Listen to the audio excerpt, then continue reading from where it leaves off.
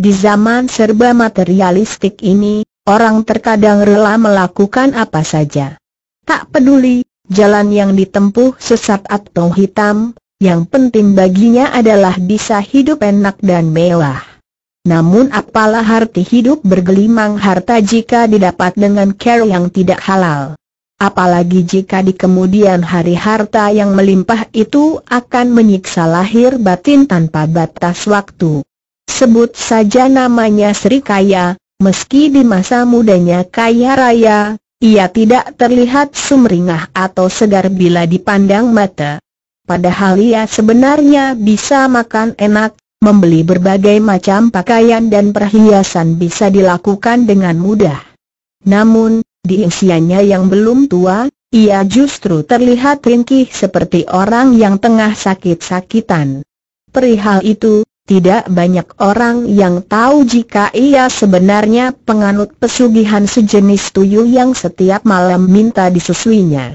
Pada saat di hari tuanya, bahkan Sri Kaya terlihat semakin renta saja.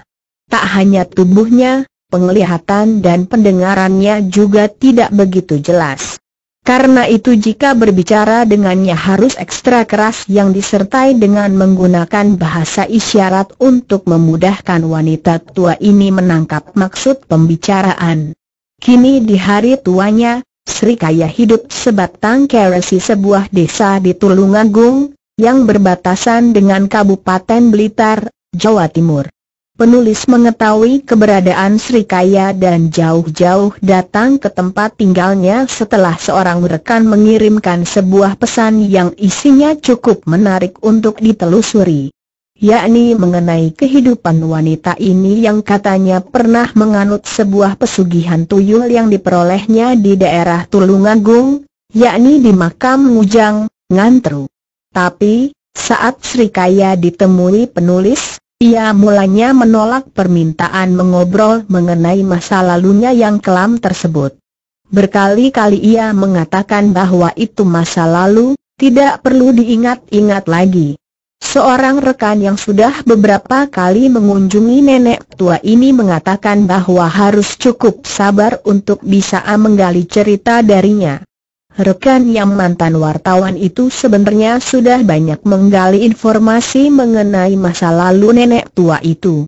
Tapi, untuk meyakinkan penulis, ia minta untuk menanyakan sendiri atau barangkali ada data-data yang masih kurang lengkap untuk digali lagi dari nenek Sri Kaya tersebut. Menurut rekan yang mantan wartawan itu, Sri Kaya terpaksa melakukan pesugihan tuyul sebab hidupnya selalu didera kemiskinan. Kakek neneknya miskin, begitu juga ibu dan bapaknya. Bahkan ketika Sri Kaya muda ini menikah, ia justru mendapatkan seorang suami yang berasal dari keluarga miskin.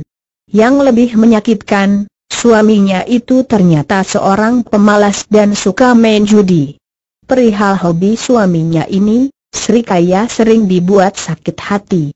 Tak hanya sakit hati akibat jarang diberi uang belanja, uang hasil kerjanya sendiri terkadang masih saja dirampasnya.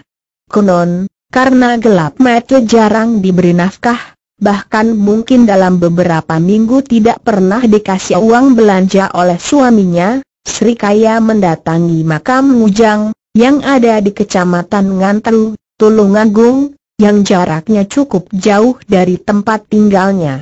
Untuk itu, ia harus terpaksa menitipkan anak laki-lakinya yang baru berumur sekitar 9 tahun pada orang tua kandungnya.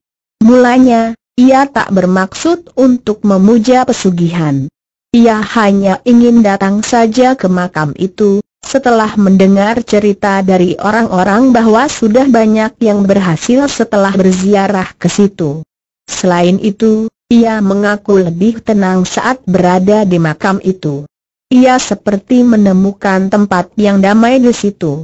Entahlah, apakah karena pengaruh kekuatan gaib yang ada di situ atau memang akibat suasana yang memang mendukung, yakni sejuk sebab banyak pepohonan yang ada di tempat itu.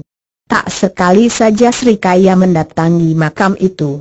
Sri Kaya sendiri lupa sampai berapa kali mendatangi makam itu, mungkin pula sudah berkali-kali.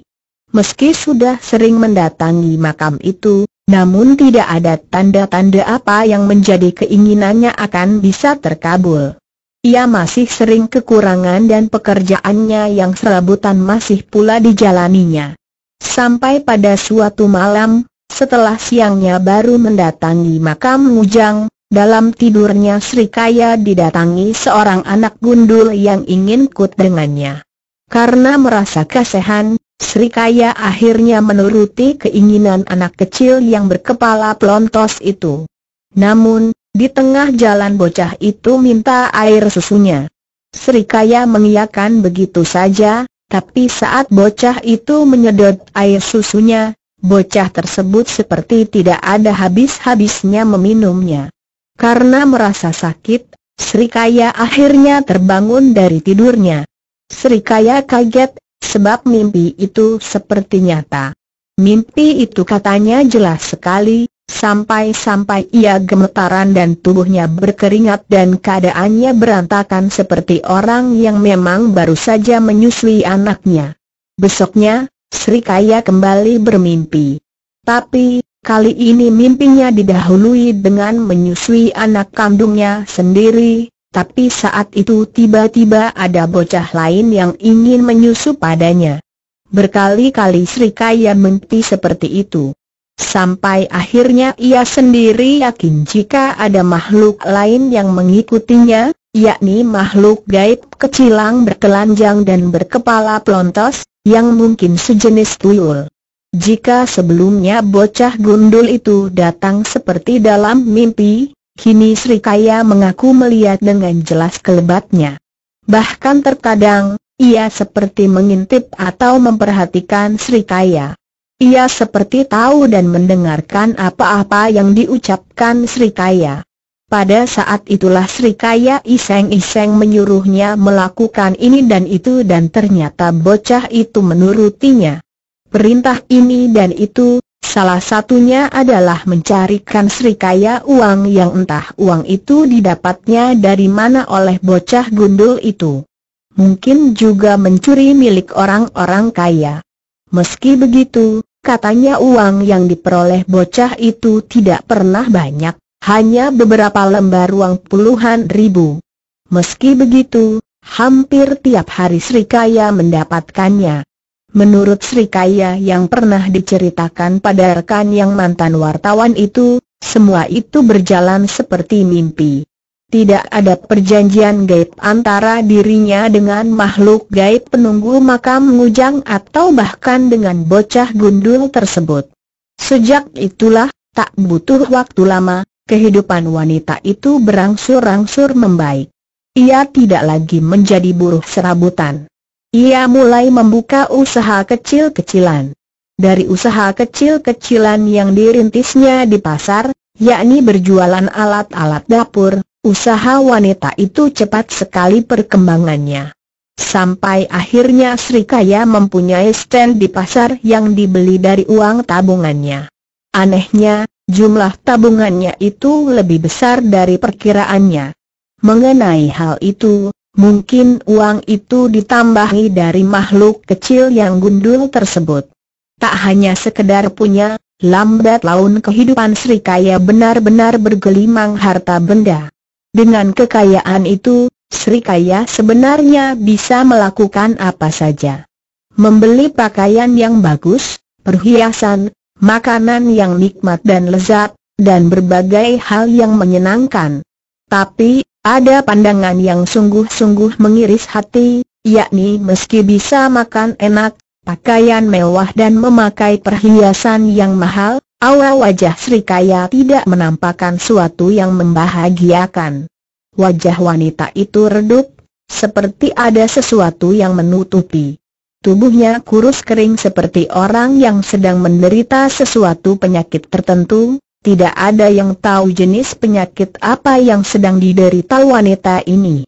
Meski begitu ada isu yang mengatakan jika wanita ini setiap malam menyusui makhluk gaib yang bernama tuyul.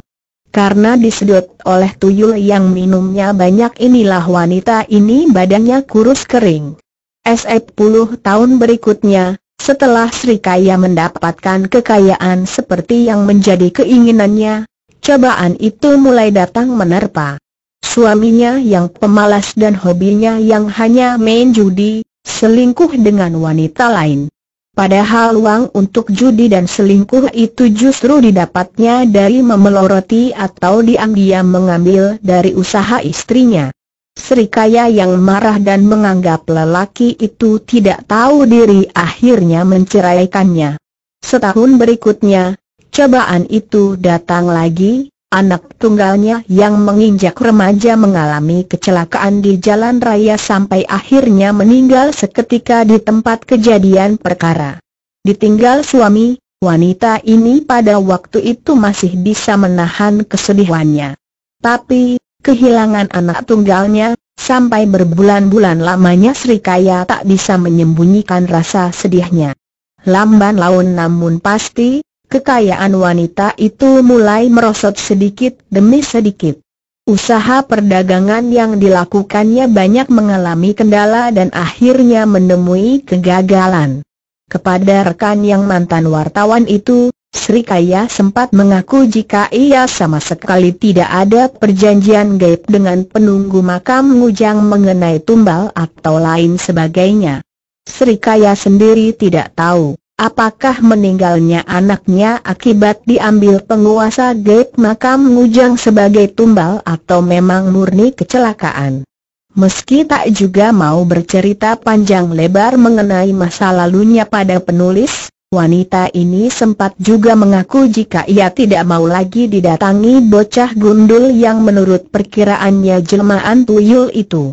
Ia tobat dan ingin menikmati masa tuanya yang mungkin sebentar lagi akan diambil oleh Yang Maha Kuasa untuk hal-hal yang lebih baik lagi. Baginya, sekarang ini harta benda tidak ada harganya. Sebab, selain tidak bisa menikmatinya, kekayaan itu tidak ada artinya jika ia hanya hidup sendiri dan keluarganya telah meninggalnya. Sepulang dari menemui Sri Kaya, penulis sempat mampir di kompleks makam Ngujang, Ngantru, Tulungagung. Sebuah makam yang dinaungi cungkup menyerupai rumah terlihat cukup dikeramatkan di antara makam-makam yang lain. Makam itu terkunci dan untuk memasukinya harus izin juru kuncinya. Sementara itu, di kompleks makam, di antara batu-batu nisan dan dahan-dahan pohon, puluhan kera atau monyet sibuk bergelantungan, bahkan terkadang mendekati orang yang sedang berziarah di makam ini. Konon, kera-kera ini adalah jelmaan para penganut pesugihan yang telah habis masa kontraknya.